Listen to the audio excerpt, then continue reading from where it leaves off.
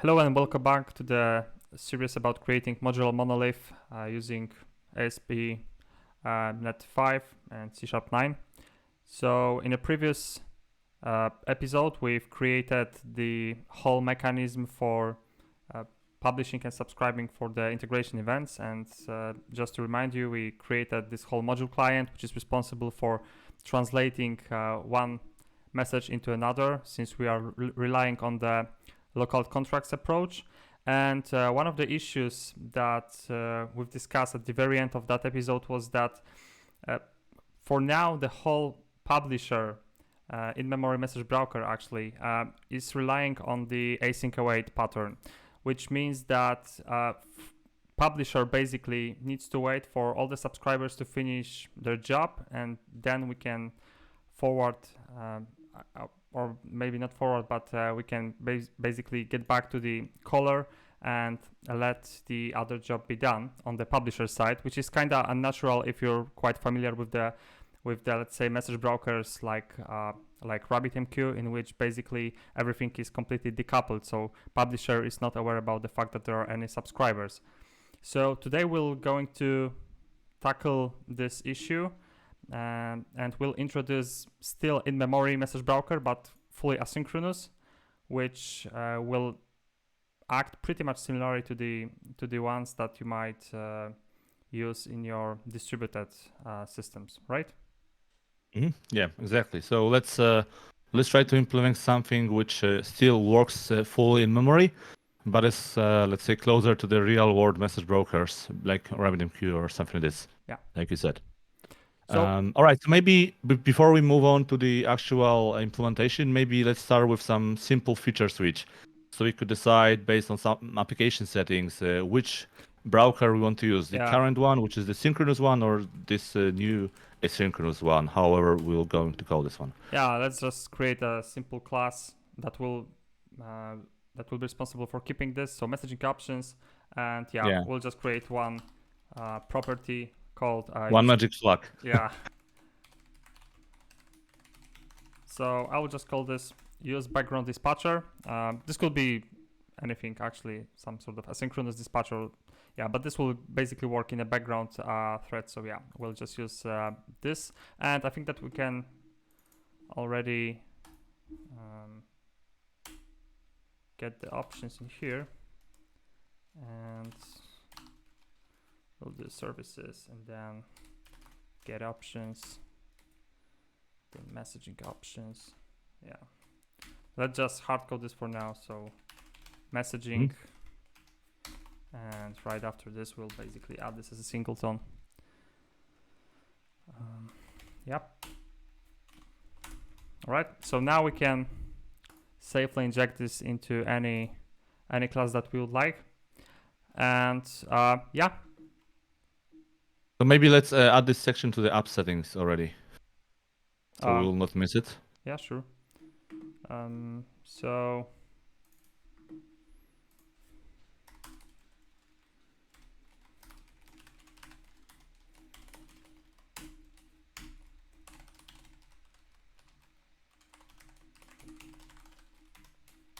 for now, let's just leave it as false. And eventually we'll change this back to true and see how this actually works comparing to the current solution. Okay, so we have the options. Okay, so let's create now some sort of component that will be responsible for passing the messages all across our application based on, and I think that this is actually a good place to discuss on what mechanism will rely eventually to, let's say, emulate the message brokers that are quite popular in the industry.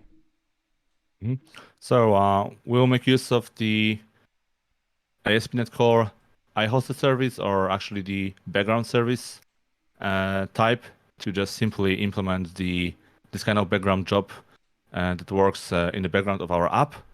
And then we'll see how we can actually, let's say, transfer or forward the messages being passed to this new component, to this background job. Because keep in mind, we'll be somewhere within the HTTP request scope, and we'll need to forward this, let's say, events or commands, whatever, we send asynchronously for this new message broker to this background job, which is outside of the HTTP scope. So we'll see this in a moment once we start implementing this. Okay, so I think that would be good idea to actually put the mentioned channels into some sort of dedicated component just to close it in somehow. So within the messaging directory, I think that we could create some simple interface called asynchronous dispatcher. Yeah, makes sense. So let's start with this one.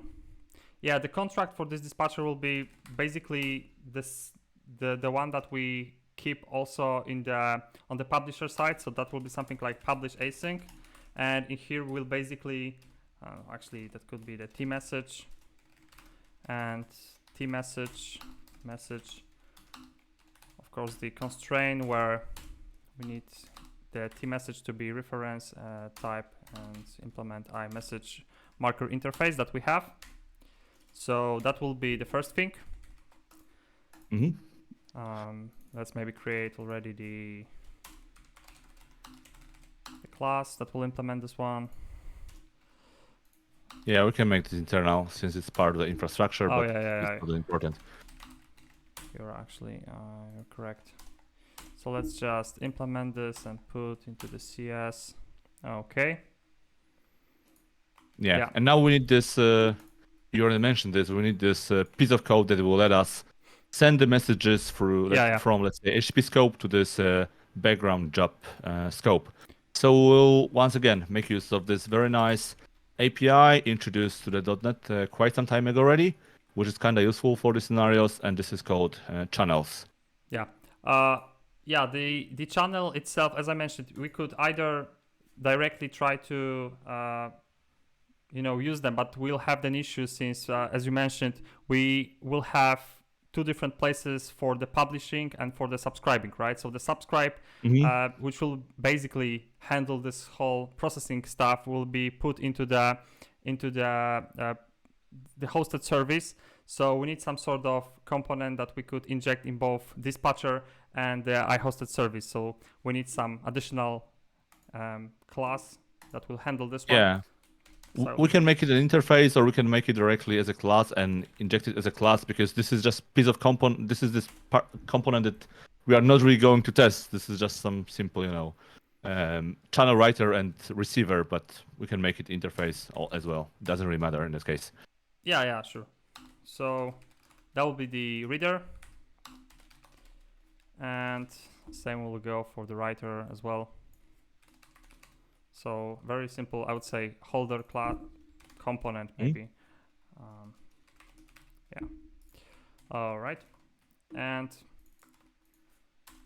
also internal and the component that's implementing this interface. Class is missing, obviously. All right, implement this. Yep. GCS. Yep. And we'll start with declaring the actual channel. So the channel will be of T, where T is, of course, iMessage, since we need both the same time that's shared across reader and writer. So we'll call this channel. And we'll create this one as the unbounded channel. So we are not going to, put or include any specific constraints, any capacity, these sort of things. Yeah, there's no capacity in here. So this create unbounded, and yep. You have to remove the lambda expression, or the property expression. Oh, sorry. Yeah. I think that I can maybe redirect this to messages. Actually, that would be easier. So in here, we'll implement this as messages.reader, and as you probably expect, we'll make this as a writer. Yeah, and maybe let's add this into the iOS container already. Yeah. Let's register this as a singleton, because otherwise you'll probably forget about this.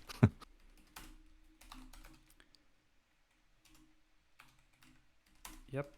Okay, so now we can get back to our asynchronous dispatcher, which is declared in here, and inject this.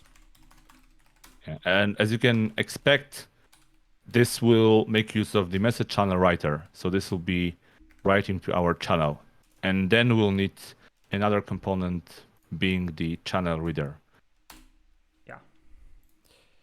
So let me just make this quite nicer. Okay.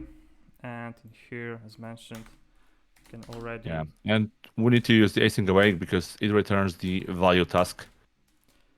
Yep. So let me just. So this is the right async. So await, and this will require the async keyword. All right. I think that I forgot also to register this. Yeah, let's make it a singleton as well. Yeah.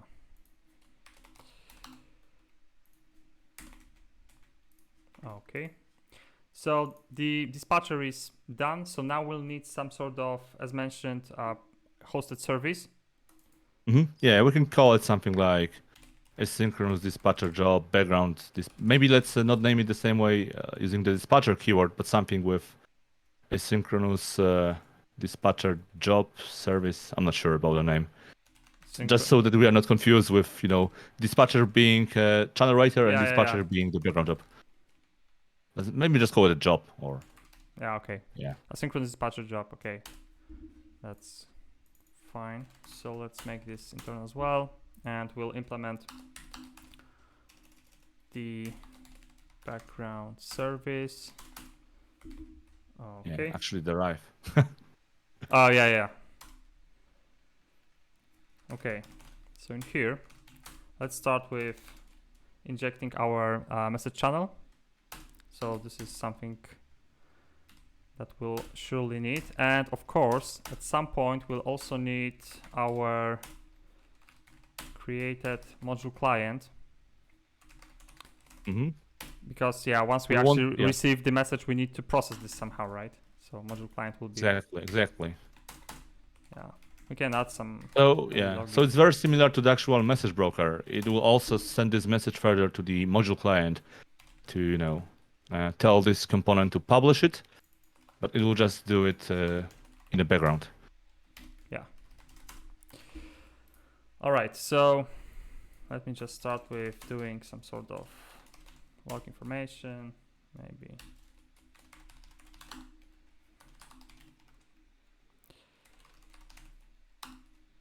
Maybe the asynchronous will be async dispatcher job. Okay, and now we'll use the feature from C#7. All right, I'm not quite sure. So 7 or 8, not sure. Going to use async enumerable, right? Yeah. So basically the message, in message channel dot reader dot read all async, and we can pass the stopping token in here. And we can just wrap it in a try catch, because if there will be an error, we surely don't want to, let's say, crash or stop our background message broker, background dispatcher. So we want to continue if there is an error. Yeah. So we'll basically not throw this further. Instead, we can just log error for some. Yeah, there is really nowhere to throw. I mean, this wouldn't be returned through the HTTP, so this could be thrown, I don't know, to some external logging system maybe, but other than that, doesn't make sense to throw it. Yep. And at the very end, maybe something like finished running. All right. Of course, we need to register this. Yeah, we need to register it. And we can make it optional, because if this background dispatcher isn't enabled, we don't need to start this job at all. Not that it will cost us lots of memory or resources, but we don't need it running anyway. Yeah, we could do this. So add hosted service. And yep, that will be it. And now we need, of course, plug this into our message broker, which is in here.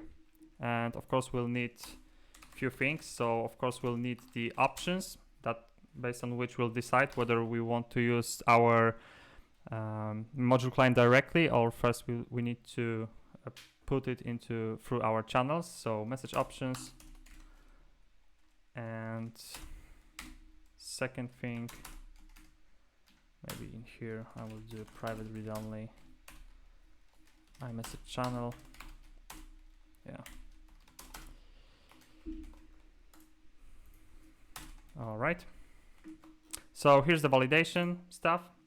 So actually even in here, we could decide. Yeah, we can do it within the select. Yeah. So in here, we'll do messaging options dot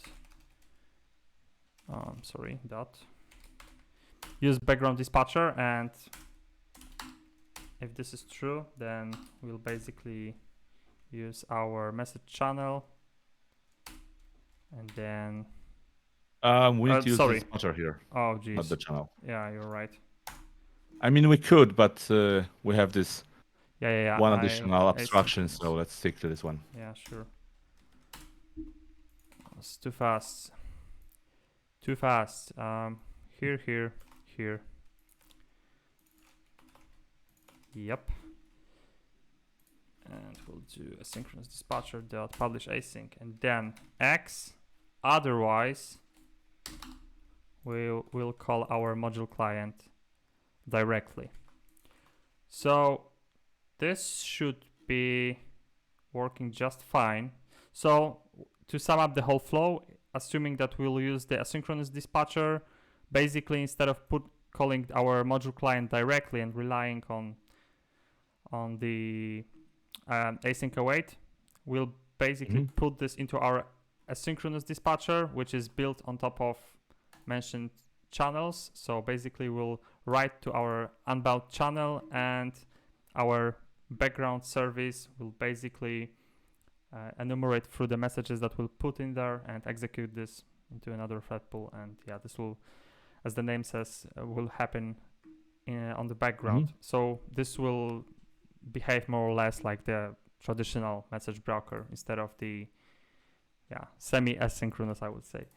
Okay, so let's run this up and see the difference in the behavior. So we had the app settings set to the false, and maybe so still the synchronous one should be working. Yeah, so we should see how this actually is working. Yeah, we can remove the stuff, and yeah, let's just make we have the breakpoint in here. Let's just see whether we still have the one in here. So we have the publishing stuff, we have the logger that should be called after it, and let's just put some additional ones, maybe in the client, maybe on the broker, somewhere in here, and in our asynchronous job in here, right? All right, makes sense. So let's first create the host. We have the host being created. Let me just grab an ID, put it in here, and create the conference. So we are now in the publish async.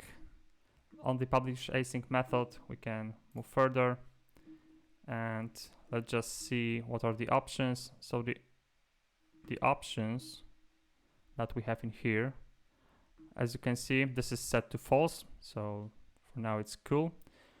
And this means that we'll not use our asynchronous dispatcher, but this rather goes directly to our module client.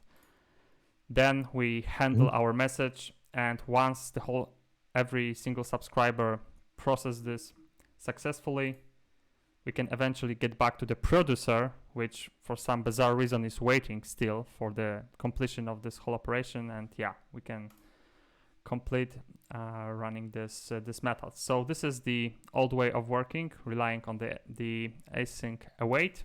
And now the key difference will be, I think, noticeable once we'll switch to this mode.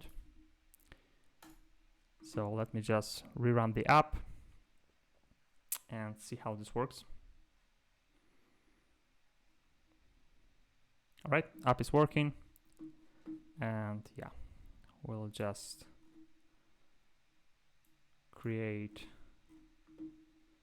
the, maybe let's try with another host. I don't want to have any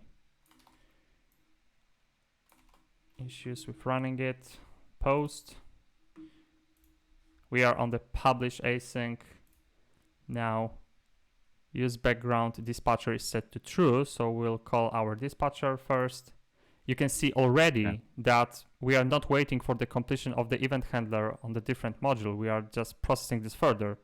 And we could see that already we have the 201 created because we are not waiting for the completion of the subscribers.